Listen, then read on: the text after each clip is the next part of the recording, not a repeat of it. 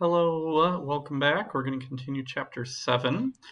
Today we're moving on to section 7.5. We're going to start looking at systems of inequalities.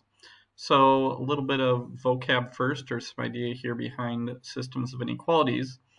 The graph of a linear equality is not a function because there's shading on the graph. So it will always fail the vertical line test.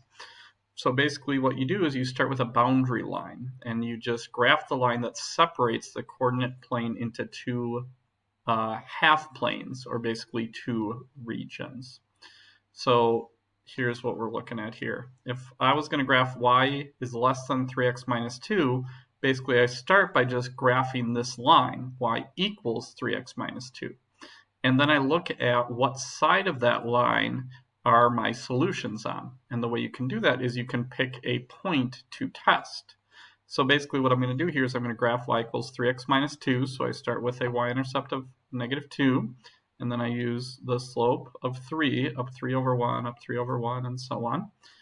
And then I connect those, you'll notice, with a dotted line because my original inequality is a less than. Instead of a less than or equals would get a solid line. But then I have to decide which side of this to shade. And the way I like to decide which side to shade is by picking a point to plug in to my inequality and see if it's true or not. I find it very easy to do math with the number 0, so I often pick the point 0, 0. The only time you wouldn't pick or shouldn't pick that point is if 0, 0 were like on the line. Well, then don't pick it. You have to pick a point that's clearly on one side of the line or another. So I'm going to plug in 0, 0, and I get 0 is less than 3 times 0 minus 2, and I get 0 is less than negative 2. But that's not true, which means I do not shade the side that has 0, 0 on it, and that means I shade the other side. Another way you might have learned to decide what side to shade on is less than means shade below, and greater than means shade above. Now that is true for lines, and that's true if you've got y alone over here on this side. We will see some examples today where that might not be true depending on how you have your equations set up. That's why I like this way, is always just test a point, and that will tell you what side to shade. So here's another one. 4x minus 2y is greater than or equal to 8. Now you could solve this for y to get into that slope-intercept form, so you know the y-intercept and the slope. But when you're solving for y, you got to be careful. You know, if you're going to divide by a negative, you got to flip the sign. So you have to be careful if you're doing it that way. The way I like to graph an equation like this is I just find the x-intercept and the y-intercept. And if you remember what we went over this way, many months ago. But basically, imagine plugging in a 0 here, and I get 4x is 8. I, plugged in a 0 there to get that x is 2, that's the x-intercept. And then to find the y-intercept, I plug in a 0 for x, and I get that the y-intercept is negative 4. And then I just plot those 2 points, an x-intercept of 2 and a y-intercept of negative 4. X-intercept of 2, y-intercept of negative 4, and then I draw a line through those points. It's a solid line because I've got a greater than or equals sign here.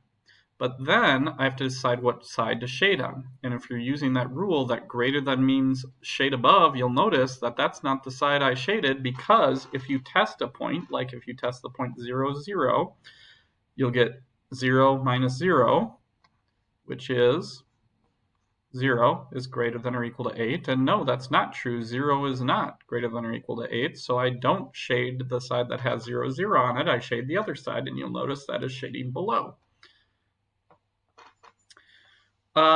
Next, we're going to take a look at graphing some things that aren't lines.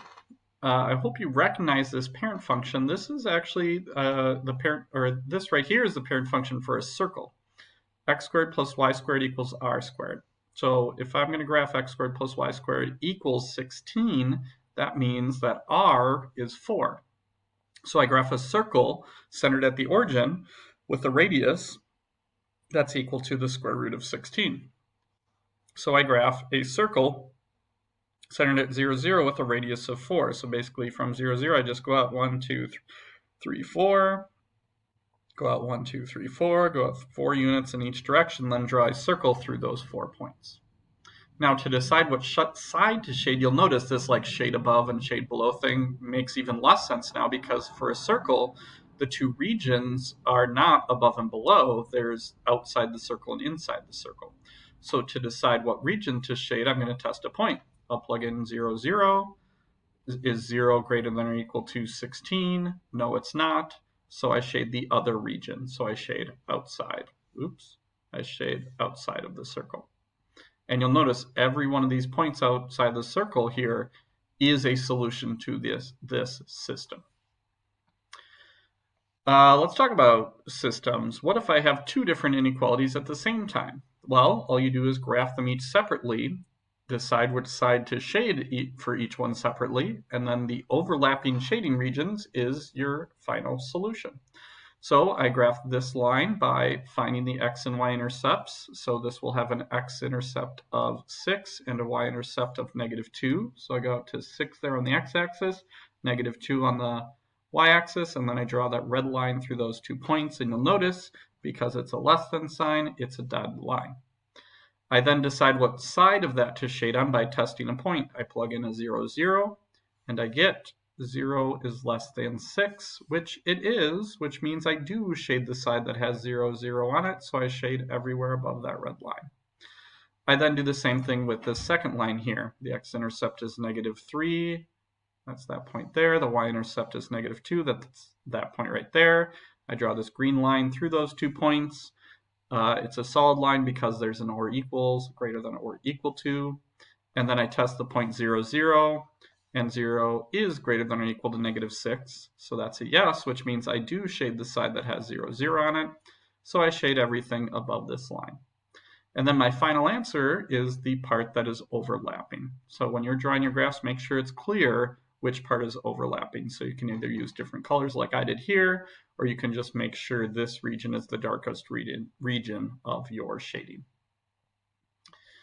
And finally, let's take a look at one where here I've got a line, and this first equation here, though, is a parabola.